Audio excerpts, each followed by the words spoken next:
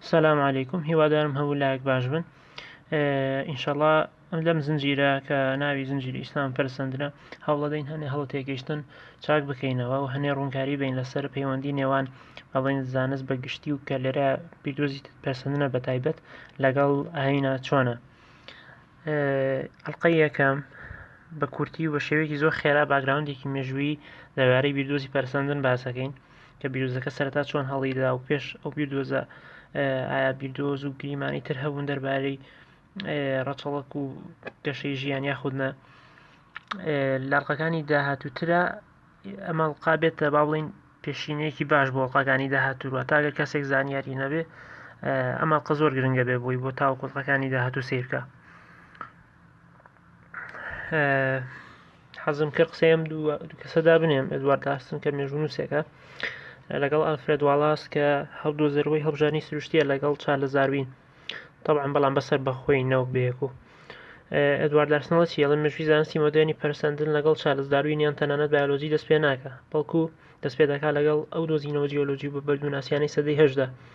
بێگومان کاتێک داروین تێڕوانینێکی پەرسەندانی قبول کرد بۆ ڕەچەڵێکی زیندەوەران لە 1830ەکان ئەو خۆی زیاتر وەک جیۆلۆجیستێکە بینی وەک لە بایۆلۆجیستێک. طبعا کورتەی قسەکەم بەسەوەیە با بڵین بایۆلۆجی خاڵی دەستپێکی بیردۆزی پەرسەندن نییە بەڵکو ئەوە بەهۆی دۆزینەوە جیۆلۆجی بە بەردووناسیەکان بوو با بڵین زانستی پەرسەندن سەری هەڵدا و چارلز داروین لەوانەیە زۆر کات وەک بایۆلۆجیستێک ببینین بەڵام لە کاتێکە ئەو خۆی زیاتر بە جیۆلۆجیستێکە بینی وەک لە بایۆلۆجیستێک. ئەلفرێد واڵاسی شڵێ هەرگیز ڕەنگە لە هەموو مێژووی زانستیان فەلسەفە شۆڕشێک نەبێ ئەوەندە گەورە لە هزر و ڕادا کاریگەری کردبێ وەکەوەی لە نێوان ساڵانی 1950 بۆ 1970 کە ساڵانی بڵاوکردنەوەی ڕەچەڵەکی جۆرەکان و ڕەچەڵەکی مرۆڤی مستەر داروین کردوێتی.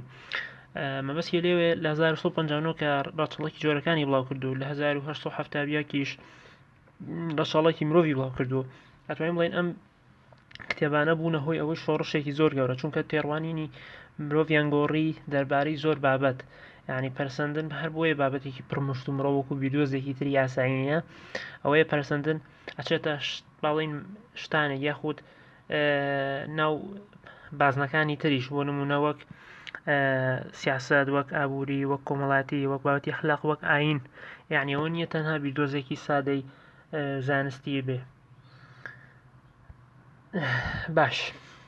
ئێمە وتمان پەرسەندن ماڵین لە بایۆلۆجی و دەستی پێ نەکرد بەڵکو لە زانستی جیۆلۆجی و بە بردووناسی و دەستی پێکرد. کاتێک کە سێری با بڵین سروشتەکەیت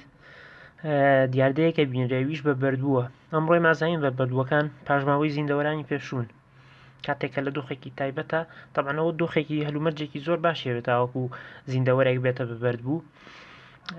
واتە یعنی زۆربەی زیندەوەران کە ئەمرن لە ناوەچن بە بەردووە توانین بڵین ڕێژێکی زۆر زۆر زۆر زۆر کەمی زیندەوەرانی ڕابردووە. بە هەر حاڵ ڕابردوو لە ڕابردووە تێڕوانی چۆن هەبوو دەربارەی بە بەردووەکان پێیان وا بووە نمونە ئەمانە باڵین پێشینێکی زیندویان نیە بەڵکو ئەکرێ خوای گەورە دروستی کردبن تاکو ئیمانی خەڵکەکە تاقی بکاتەوە یاخود ئەکرێ لە کاتی ما بەتایبەت لە کتێبی پەیدابوو نەبازەواکە کەخوا فەرمانەکە لە زەویەوە زیندەوەران دروست بن ئەکرێ بەشێک لەو زیندەوەرانە نەیانتوانی بێت با بڵێن بێنە دەرە و گیریان خوارد بێت لەو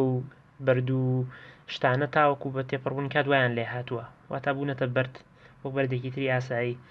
یاخود پێیان وابوو هەر چۆن مەسەڵەن زەوی بەردوو کانزا و شتەکانی هەیە ئەمانی شەر بەردێکی ئاساین وەک ئەوە بەسەوەی باڵین شکڵێکی جیاوازیان هەیە واتە هەر بەردن. بەڵام ئەتوانین بڵین لە سەدەی حەڤەوە حەڤە 16 تقریبەن ئەم تێڕوانینە باڵین بەرەو کەسبوون و لاوازی ڕۆی بەڵکو تێڕوانینێکی زیندوو باڵین هێنرایە پێشەوە بۆ ئەم بە بەردووانە بە پێیان سەرچاوە لە 1660 بەدواوە ئەم بە بردوانە وەکو پاژماوەی زیندەوەران سیرراوە یعنی چەند کەسێک هەن کە ڕۆڵێکی پێشەنگیان هەبووە لە پێدانی ڕەچەڵەیەکی زیندوو بۆم بەردوانە ئەوانیش وەک لیۆناردۆ داڤنجی نیکۆلاستینۆ ڕۆبرت هوک کارلۆس لەنایۆس طبعا لە سەدەی هەژدا ئەتوانین بڵین زاڵترین تێڕوانین بۆ بە بەردووەکان ئەوە بوو کام بە بەردوانە پاژماوەی ئەو زیندەوەرانن کە لە لافاوە جیهانیەکەی نوحا لە ناوچوون ئەوە توانین بڵین زاڵترین تێڕوانین بوو بۆ بەردووەکان بۆ نمونەیان وت بۆچی بە بەردبوو لە ناو شوێنێکی لە ناو شاخەکانە مەسەلەن نەیتۆزین و لەسەر و بەرزاییە لە کاتێکە دەریا چەنە نزمە لێەوەی جا بۆی پێیان وا بوو تاکە تەفسیری ئەوەیە باڵێن لافاوەکە هەموو جیهانی داپۆشیوە بەو شێوە ئەمانیش گەشتونەتە ئەو بەرزاییانە. تەبعاً گە سێری ئەم وێنە بکەیت، ئەم وێنە جیۆلۆجیکل تایمسکێڵە، کاتی جیۆلۆجیە باشە، ئەبینی سێری تۆماری بەبەردووەکە چیمان پیشانە، ئەبینی هەر چینێک جۆرە زیندەوەرێکی تایبەتی پیشانەیە. تەبعاً ئەم بەشێکی زۆر سادەکراوە، هەر تەنها بڵێن بۆ تێگەیشتنە، گینا شتەکە خۆی زۆر ئاڵۆزوان نییە. ئەبینی سێرکێ لە کامبریانە کە تقریبان 550 ملیۆن ساڵێک دەست پێگا لەمەوبەر، ئەبینی یەکەم ماسی دەرەکەوێت، یەکەم کۆردەی دەرەکەوێت، بینی لویایە مرۆڤ بوونی نییە، یاخود زیندەوەرەکانی تر بوونیان نییە، شیردەرەکان بوونیان نییە، دوێەوە بە تێپەڕبوونی کات بەرەبەرە هەر چینە و زیندەوەری تایبەتی خۆی با بڵین ئەهێنێتە کایەوە و ئەبینی هەندێک زیندەوەر لە ناو ئەچن. بۆ نمونە لە پێرمیانە ئەبینی لە ناوچوونێکی بە کۆمەڵ بوونی هەیە، یاخود لە سەردەمی داینەسۆڕەکانە دیستان لە ناوچوونێکی بە کۆمەڵیەتەوە کە داینەسۆڕەکان لە ناوە جا بۆیە ئەبینی تۆماری بەبردووەکان گۆڕانی زیندەوەران پیشان ئەهات و بە پێچەوانەوە کە لە ڕابردووە زانرا زیندەوەران جێگیرن ئەوە نابینرێت، بەڵکو بینین دوێنێ وەکو ئەمڕۆ نییە. طبعاً ئەم تۆماری بردوو بەتەنیا خۆی ناتوانین بڵێنە بێتە بەڵگە بۆ باوانی هاوبەش، چونکە یەکێک لەو تێڕوانینانەی بۆ تۆماری بەبردووەکان هەبوو بۆ نمونە لە سەدەی هەژدە کەسێکی وەکو جۆرج کۆڤیەر کە بە باوکی زانستی بەبەلووناسیە ناسێ پێی وابوو هەموو چەند جارێک باڵین زەوی دووچاری لافاو بووەتەوە، هەر جارێ لافاوە بێت و کۆمەڵی زیندەوە لە ناوچن و دووبارە خەڵقێکی تایبەت زیندەوەرانی نوێ هێنێتەوە با بڵین ناو زەوی. جا بۆیە من بەسمەوەیە ئەم تۆماری بەبردوو بەتەنیا خۆی باوانی هاوبەش ناسەلمێنێ یاخود نابێتە بەڵگە بۆی، بەڵام ئەوەمان پێڵە کە گۆڕان و نەجێگیری لە زیندەوەرانە هەن. پەرەسەندن لە پێش داروین، طبعاً تەفسیری مادی خۆی لە بەرامبەر چیلۆکی خەڵکدا تەفسیری مادی هێنراونەتە پێش و هەر پێش چارلز داروینیش. بۆ نمونە بوفۆن کە ئەتوانین بڵێین زانە فیلسوفێکی فەڕەنسی بوو، لە کتێبێکیدا کە چەند بەرگە لە بەناوی ناتچرال هیستری باز لە هەم دروستبوونی باڵین هەسارەکان و گردوونەکات و هەم باز لە دروستبوونی پەرەسەندن و دروستبوونی خۆکارانەی ژیانەکات. جا طبعاً بوفۆن ئەو ڕوون نییە ما بڵین کەسێکی ئەیتیزم ملحید وە یاخود ڕبوبی، بەس ئەوەی کە ڕوونە ئەم کەسە مەسیحیەتی ڕوون کردووە و بە تەفسیرێکی با بڵین تەواو مادیانە سەیری ڕەچەڵەکی گردوون و ڕەچەڵەکی ژیانی کردووە. بەڵام پەرەسەندنەکەی بوفۆن یعنی پێچەوانەیەوەی با بڵین داروین و ئەو تێڕوانینەیە کە ئەمڕۆ هەمانە بۆ پەرەسەندن، چونکە لای بوفۆن پێی وابوو یعنی باوانی هاوبەش بەو شێوەی ئەمڕۆ نییە با بڵین کە لە وەکو درەختێک بێت، بەڵکو لای بوفۆن مەسەلەن چەند جۆر جیاوازی زیندەوە باڵین چەند جۆری جیاواز زیندەوەرمان هەبوو کە ئەو چەند جۆرە تێکەڵی یەک نابوون، مەسەن جۆرێک نابوو بە جۆرێکی تر، بەڵکو لە نێو خۆیان ئەو جۆرانە با بڵین پەرەی ئەسەند و پێی وابوو بوفۆن یعنی چەمکێک بەکارێنە بە کوردی نازانم چی پێوترە ئینتەرنەل مۆڵت، پێی وابوو ئەم پەرەسەندنە یعنی ئاڕاستەیەکی تیا هەیە ئەو ئینتەرنەل مۆدە وە بڵی شتێکی ناوەکی شق قاڵبێکی ناوەکی ئاراستەی و پەرسەندناکە لە کاتێکا لە پەرسەندنی داروینیە ئاراستە بوونی نییە. یعنی کەسانێکی تریش هەن بۆ نمونە بارۆن هۆڵباک کە ویش کتێبێکی بەناوی The Bible of Atheism، بایبڵی ئێلحاد، یعنی بازەوە کە کاتێک زیندەوەران ئەگەنە ئاستێک نەک زیندەوەران کاتێک مادە ئەگاتە ئاستێکی زۆر ئاڵۆز پێکاتەی زۆر ئاڵۆز پیاگەنی ئەو پێکاتە زۆر ئاڵۆزانە ئەکرێ تایبەتمەندی ژیان پیا بکەن. وە چارلز داروینیش لە کتێبی ڕەچەڵەکی جۆرەکانە دوابزانم لە ڤێرشنەکانی دواترێتی ئاماژە بە 34 کە 34 زانک ئەیە کە ئەوانیش دیسان با بڵین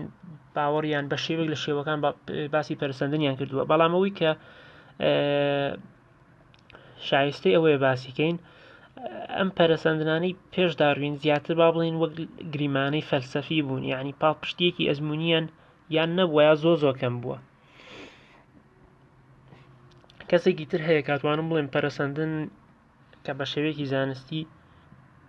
ئەگەر زانستێکی تەواویش نەبوو بێ دەستی پێکرد بێ لە مارکسیزمە. لە مارکسیزم ئەگەڕێتەوە بۆ کی ئەگەڕێتەوە بۆ لامارک زانایەکی با بڵێن فەڕەنسی بوو. پێی وابوو پەرەسەندن ڕوو ئەدا، بەڵام نەک وەکو با بڵێن درەختەکەی داروینیزم، بەڵکو وەکو هێڵێکی ڕێک. باشە، هێڵێکی ڕێک بۆ نمووە هەروەها یعنی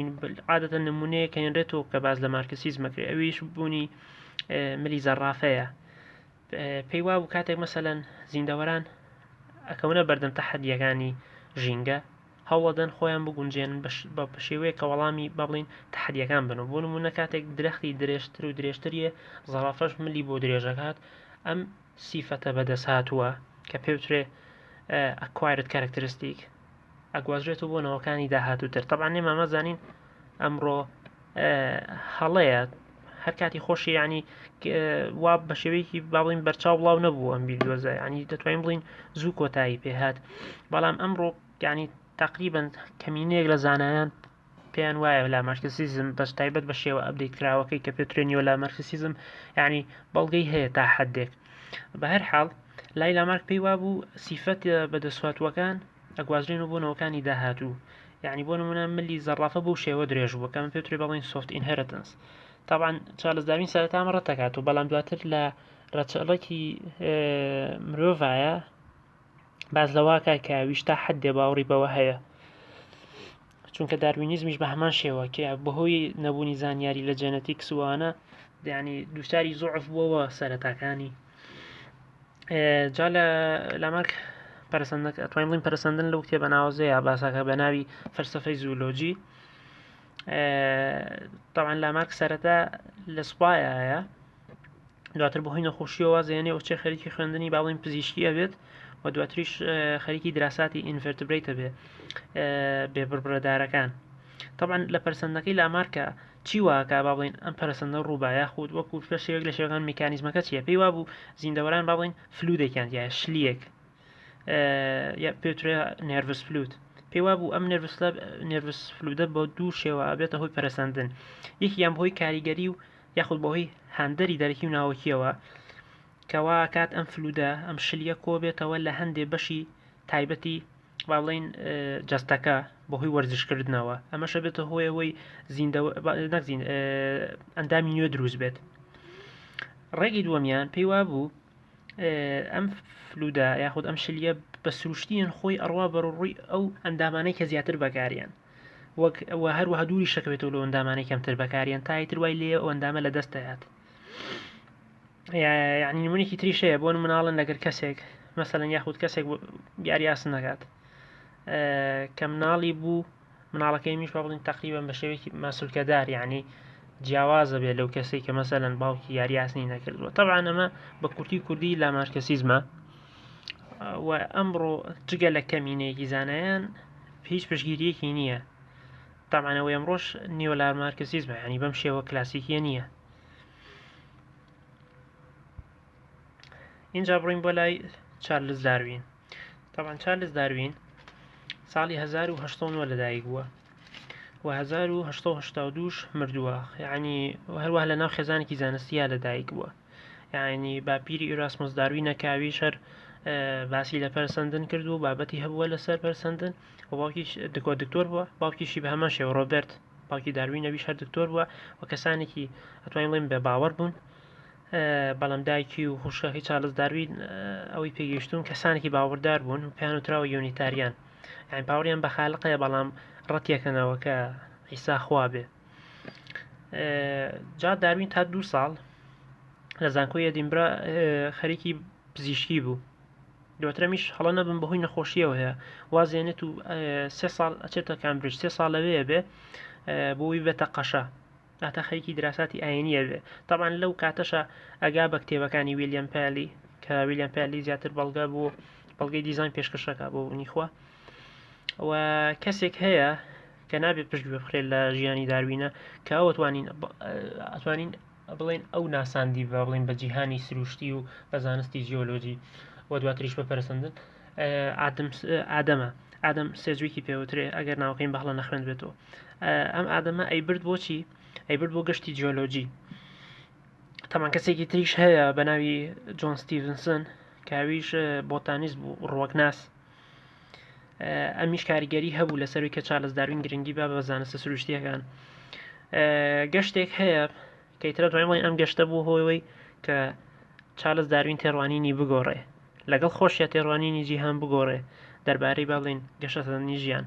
گەشتەکە پێترێت بیگڵ کە 5 ساڵی پێچوو لە 1830 دەستی پێکرد بۆ 1836 لەم گەشتە باڵین بە دەوری زەویە یعنی زۆر منتیقە گەڕان. چارلز داروینیش وەکو با بڵین سروشگەرایەکی گەنج لە گەشتەکە هەڵبژێردرا. لیتر لە چارلز داروین لە دوورگەی جیاواز یعنی با بڵین سێری چەندها زیندەوەری جیاوازەکە ئەگا بە خەڵکی چەندەها جیاواز کە یعنی پێشتر نەیبینیون. جا لە داروین هینێکی هەیە بیگڵ دایۆری وەک بڵێ یادداشت داریشتێکی لەو شێوەیە باز لەواکە لە گەشتەکەیە وای لێ هات کەیتر بەرەبەرە باڵین باوانی هاوبەش قوبوڵ بکە کاتێکی بینی باڵین زیندەوەرانی لە ناوچوو هەن و زیندەوەرانی ئێستاش بە شێوەیەک شوێکان پەیوەندیان هەیەبێک و ئەمە هۆ بۆ ئەوەی کایتر بە تەواوەتی با بڵین باوانی هاوبەش کە مندیسند قوبوڵ بکە. و باز لەوە دەکا لە دواترە باز لەوە کە کاتێک لە گەشتەکە بووم یعنی دەستی کرد بە گومانکردن لە پەیمانی کۆن ئۆڵد تەستمنت و دەربارەی باوەڕیشی ئەوترێت لە تەمەنی 40 ساڵی بەدواوەی تر کەسێک بۆ بەتەواوەتی عیوازی هێناوە لە مەسیحیەت. طبعا ئەوەی کە لێرەیە پێویستە بەهاس بکرێ چارلز داروین بەهۆی باڵین خودی بیردۆزی پەرسەندۆن ئیمانی لەدەست نەیەوە یعنی هەردەش بۆ ملحید کەسێک ئەگنۆستیک بوو لادری بەڵکو بەهۆی کێشە و با بڵین پرسی شەڕەوە ئیمان لەدەستەیە یعنی ئەیبینی کە با بڵین لە ناوچوون و نەخۆشی و ئازاری زۆر هەیە بە تایبەت لە نێو با بڵین پەرەسەندنە کە ملیۆنەها ساڵام هەموو زیندەوەرانە دێن و دووشی لە ناوچوونە بن و هەروەها لە لایەکی تر کچەکەی ئەگەر هەڵم نای ئانایە ئەویش ئەمرێت بە تەمەنێکی مناڵی یعنی ئەمانە کاریگەری دروستەکەن لەسەر چارلز داروین واتە پرس و کێشەی خراپەیە واکا لە چارلز داروین ئیمان لە دەستدانەوە با بڵین بیردۆزی پەرسەندن خۆی. ئەما توانین بڵین بە کورتی چارلز داروین بەم شێوەیە یعنی لەم شێوە با بڵین تێڕوانینێکی زانستی پیا کردووە و بەم شێوە خوێندوویەتی بەم شێوە گەشتەکە ئەنجامەدا بەم شێوە باوەڕی ئاینیەکەی با بڵین پەرەی سندووە و دواتر لە دەستی داوە. ئێستاش بینە سەر ئەوەی کە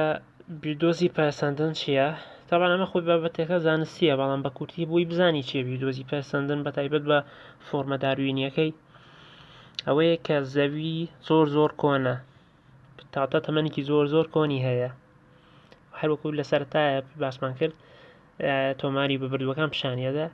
زیندەوەران باوردەوام پەیدا بوون و جیاواز بوون لەوەی ئەمڕۆ پاشان دووشی لە ناوچوون چوون پاشان زیندەوەرانی تر دێن بەدوایانە و تاوە ناجێگیری هەیە و کاتێکی زۆر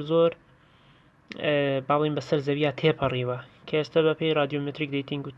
تەکنیکی کات دیاریکردنەکان بێ زەوی 4.5 میلیۆن ساڵە. ئەمە توخمی یەکەمی باڵین بیردۆزی پەرسەندنە. توخمی دووەمی باوانی هاوبەشە ئەگە سێری وێنەکە بکەیت طبعا ئەمە وێنە بەشێکی بچووکی با بڵین درەختی ژیانە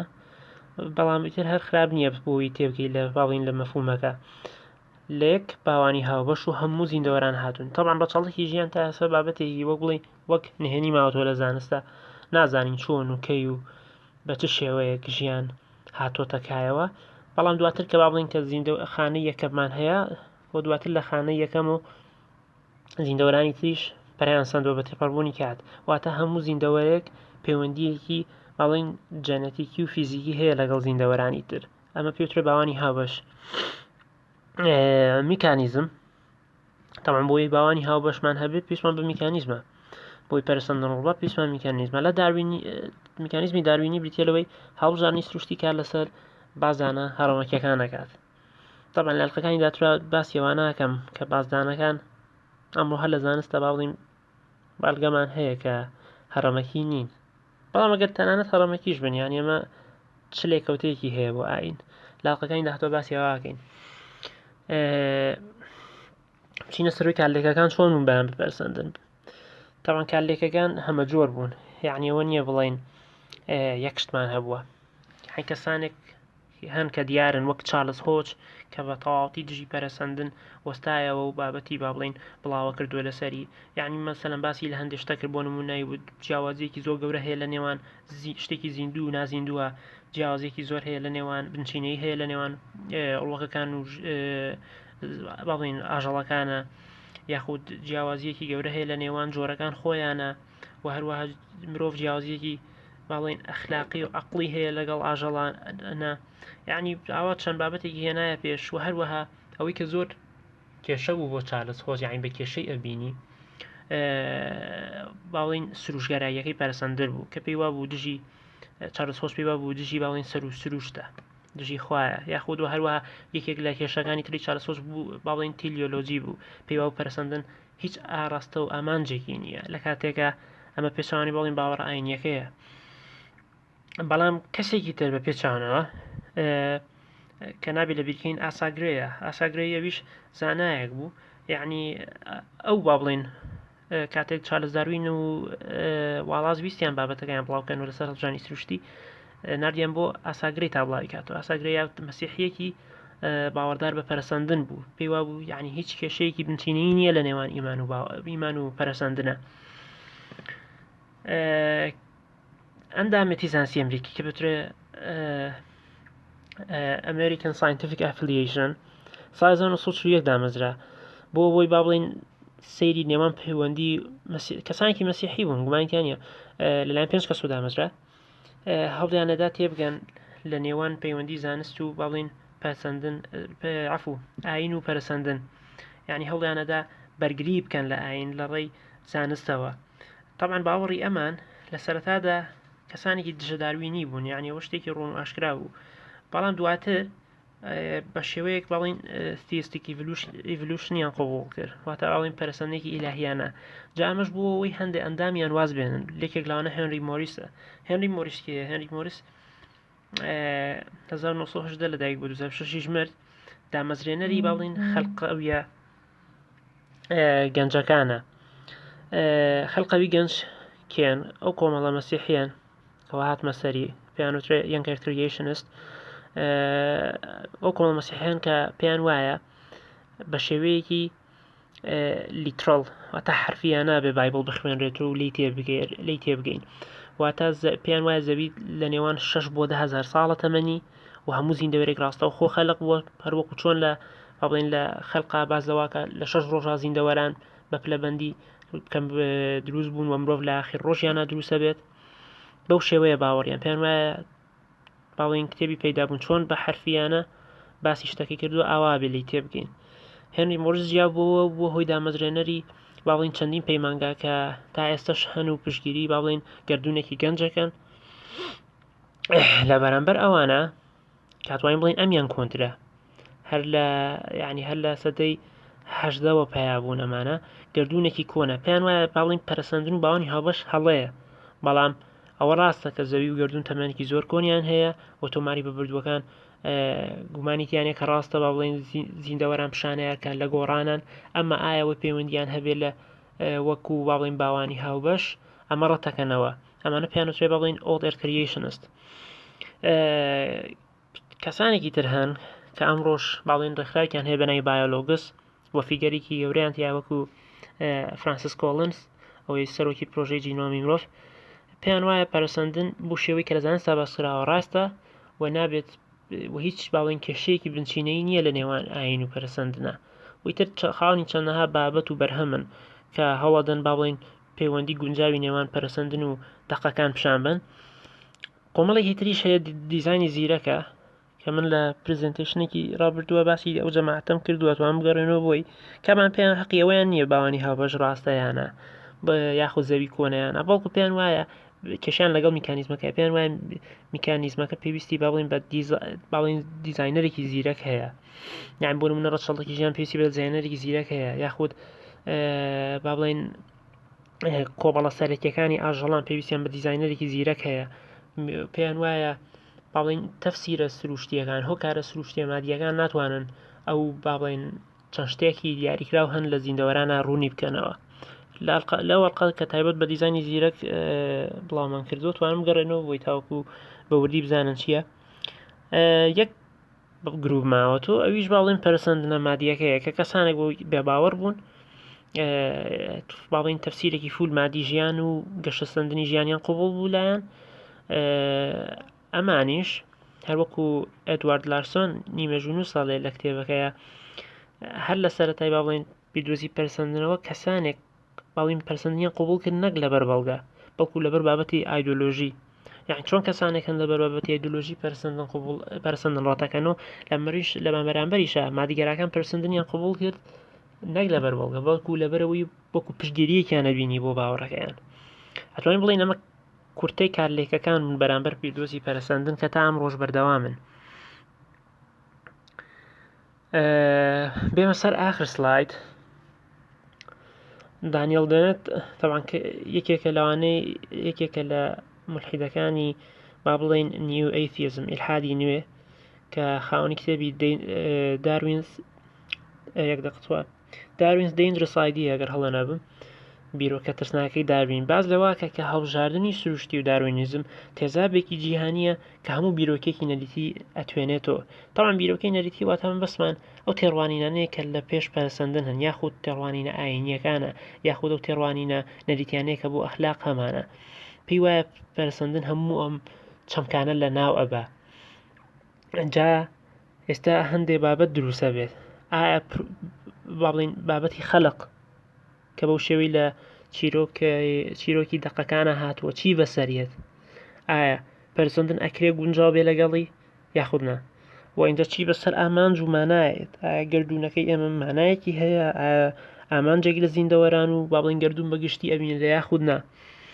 و بابەتێکی ترەمێنێتەوە ئەویش ئەخلاق و ئاینە ئایا ئەخلاق و ئاینیش بە هەمان شێوە پەرەیان سندووە ئەگەر ئایا ئەمە مانای چییە و چ لێکەوتێکی بێ بۆ ئاین چ لێکەوتێکی بێ بۆ باوەڕ و ئەگەر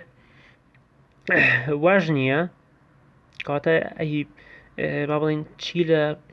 تەفسیرە زانستیەکانی بیردۆزی پەرسەندن بکەین جا ئینشەڵا لە ئەڵقەکانی داهاتووە ئەم بابەتانە باسەکەم و هەوڵەدەم یعنی نەک بە شێوێکی یەکلاکەرەوە بەڵکو دەرگایەک بکەمەوە بۆ گفتوگۆ لەسەر ئەم مەسەلانە تاوەکو بگەین بە شتێک ئەم سەرچاوانە ئینشەڵا ئەگە کەسێک ویستی بە وردەکاری تێبگا لە مەسەلانە سوود لەم سەرچاوانە وەربگرێ بە تایبەت وا بڵین بۆ لایەنە مێژوویەکە سەرچاوانە زۆر بە سوود بن خۆم سوودی باشم لێ وەرگرتوون هیوادارم ێوەش بیخوێن و ئەگەر کەسێک پرسیاری هەبوو یا ڕخ ناتوانێت لە کۆمنت بینوسێ و تا ئینشەڵا ئەرقەکانی تر بڵاوەکەینەوە بەخواتان ئەسپێرم خواتان لەگەڵ بێ